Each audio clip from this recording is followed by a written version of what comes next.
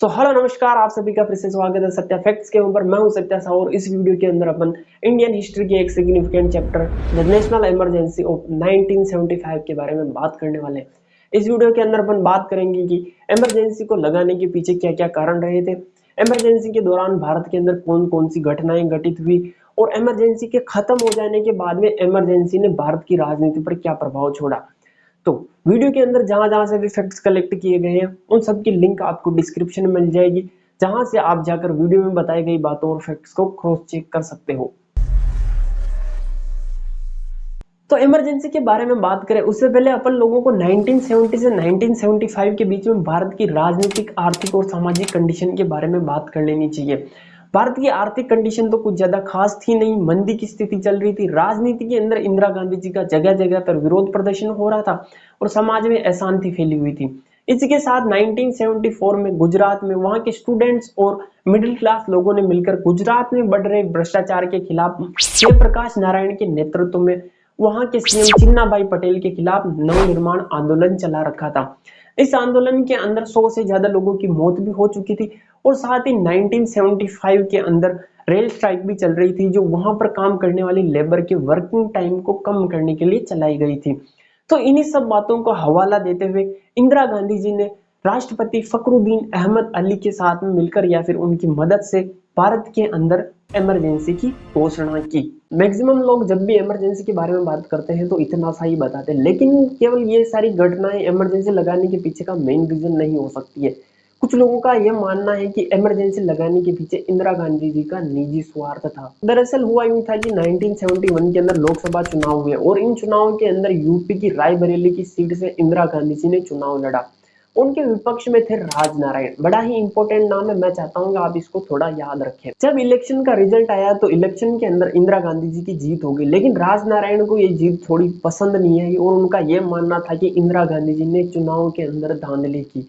तो इसके खिलाफ वो इलाहाबाद हाई कोर्ट के अंदर चले गए, जहां पर उन्होंने इंदिरा गांधी जी पर कई सारे आरोप लगाए, लेकिन उनमें से केवल 2 आरोप ही सिद्ध हो पाए। और उनमें से पहला यह था कि इंदिरा गांधी जी के इलेक्शन एजेंट यशपाल कपूर, रायबरेली के जिला मजिस्ट्रेट व रायबरेली के एसपी तथा यूपी के होम सेक्रेटरी ने मिलकर इंदिरा गांधी जी की जितनी भी चुनावी रैलियां थी उन रैलियों के अंदर मंच और लाउड स्पीकर्स का इंतजाम किया था। और इस मामले के अंदर इलाहाबाद हाई कोर्ट का यह मानना था कि यह रिप्रेजेंटेशन ऑफ पीपल्स एक्ट की धारा 123(7) के तहत भ्रष्टाचार है। और उनमें से दूसरा यह था कि इंदिरा गांधी जी के जो इलेक्शन एजेंट थे यशपाल कपूर, वो इलेक्शन होने से पहले पीएम सचिवालय के अंदर एक गजेटेड ऑफिसर थे, लेकिन जैसे इलेक्शन आने वाले थे यशपाल कपूर ने अपना इस्तीफा दे दिया और एक गजेटेड ऑफिसर की नौकरी को छोड़कर एक चुनाव एजेंट बनना स्वीकार किया। इसके पीछे थोड़ा सा मामला आपको गड़बड़ नहीं लगता है कि एक आदमी अपने एक गजेटेड ऑफिसर की नौकरी को छोड़कर एक इलेक्शन एजेंट क्यों बनना चाहेगा? तो इसके अंदर हाई कोर्ट का यह मानना था कि इंदिरा गांधी जी ने यशपाल कपूर का अपने राजनीतिक फायदे के लिए इस्तेमाल किया और यह भी रिप्रेजेंटेशन ऑफ पीपल्स एक्ट की धारा 123(7) के तहत भ्रष्टाचार के अंदर गिना जाएगा। तो इन्हीं 2 मामलों के अंदर प्राइम मिनिस्टर इंदिरा गांधी को गिल्टी पाते हुए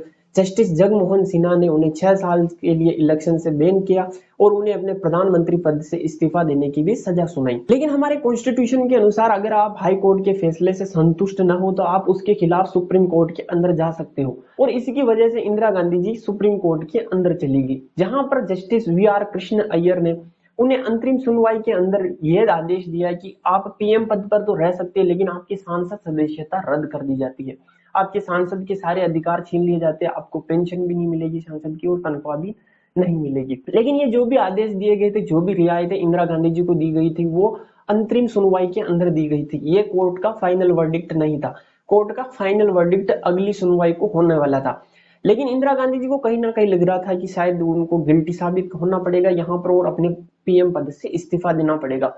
इसी की वजह से अगले ही दिन 25 जून 1975 को भारत के अंदर एक घोषणा होती है जो कुछ इस प्रकार थी। और बहनों, राष्ट्रपति जी ने आपातकाल की घोषणा की है। जैसे इमरजेंसी लगाई गई देश के अंदर काफी ज्यादा बदलाव हुए, लेकिन सबसे बड़ी बात यह थी कि 10 अगस्त 1975 को भारतीय संविधान के अंदर 39वां संविधान संशोधन किया गया।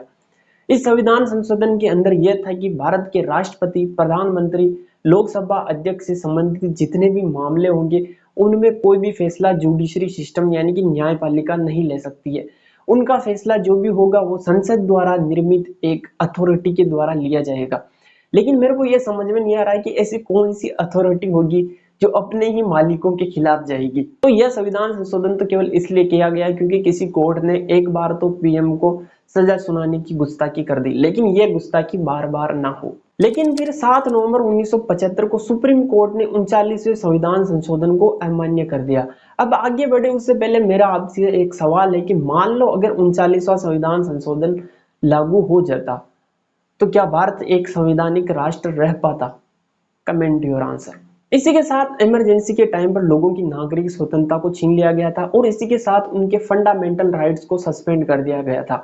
जैसे ही इमरजेंसी की अनाउंसमेंट हुई उसी के साथ में जितने भी प्रिंटिंग प्रेस थे उनके ऊपर छापे मारे गए और 2 दिनों के लिए अखबारों का सर्कुलेशन भी बंद कर दिया था। और 2 दिनों के बाद में जितने भी अखबारों का सर्कुलेशन चला यानी कि जो अखबार न्यूज छापना शुरू कर दिए, उन अखबारों में केवल वही न्यूज छपती जो राजकुमार संजय गांधी चाहते थे। कई पॉलिटिकल लीडर्स को झूठे केसों के अंदर जेल के अंदर भेजा गया था, जिनमें से थे मोरारजी देसाई, अटल बिहारी वाजपेयी, अरुण जेटली, लालू प्रसाद यादव, मुलायम सिंह यादव, एच.डी. देवगौड़ा और ऑब्वियसली राज नारायण, जिनकी वजह से इमरजेंसी वाला कांड हुआ। इनमें से मैक्सिमम वो लोग थे जो आगे चलकर किसी ना किसी राज्य के मुख्यमंत्री बने या फिर भारत के प्रधानमंत्री बने।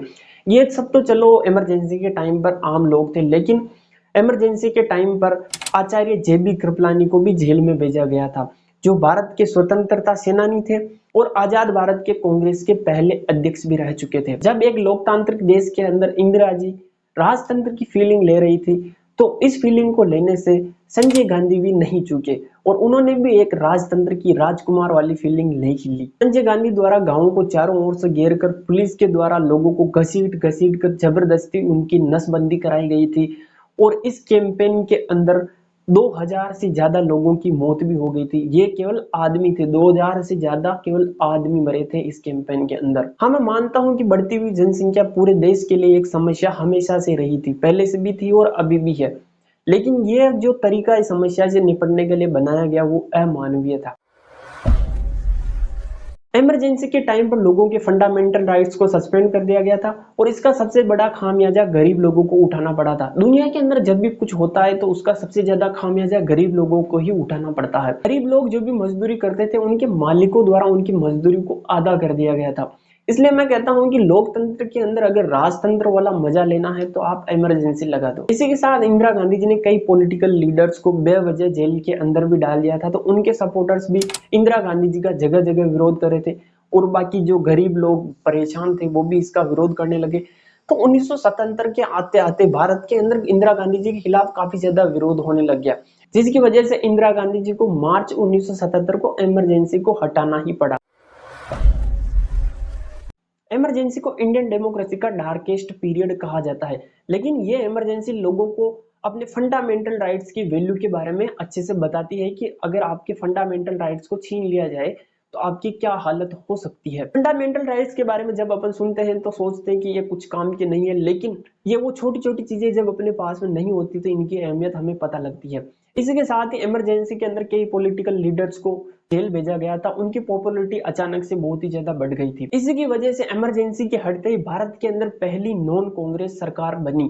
हालांकि ये सरकार 2 साल से ज्यादा नहीं चल पाई, लेकिन ये शुरुआत हो चुकी थी भारत के अंदर नॉन कांग्रेस सरकार के बनने की। तो इमरजेंसी के इस वीडियो में बस इतना ही। इस वीडियो का उद्देश्य इंदिरा गांधी जी को नीचा दिखाना नहीं है, क्योंकि इस बात में कोई दो राय नहीं है कि इंदिरा गांधी जी भारत की हिस्ट्री के सबसे पावरफुल और सबसे सक्सेसफुल लीडर्स में से एक थी। और अगर अपन इंदिरा गांधी जी के राजनीतिक करियर में से इस इमरजेंसी वाले पार्ट को गायब कर दे तो उनका राजनीति वाला पीरियड काफी अच्छा था। तो इस वीडियो के अंदर बस इतना ही। अगर वीडियो में दिखाई गई इन्फॉर्मेशन आपको इंसाइटफुल लगी हो तो वीडियो को लाइक और शेयर करना मत भूलना, और चैनल पर पहली बार विजिट कर रहे हो तो सब्सक्राइब कर देना। मिलते हैं अगली वीडियो के अंदर, तब तक के लिए टेक केयर।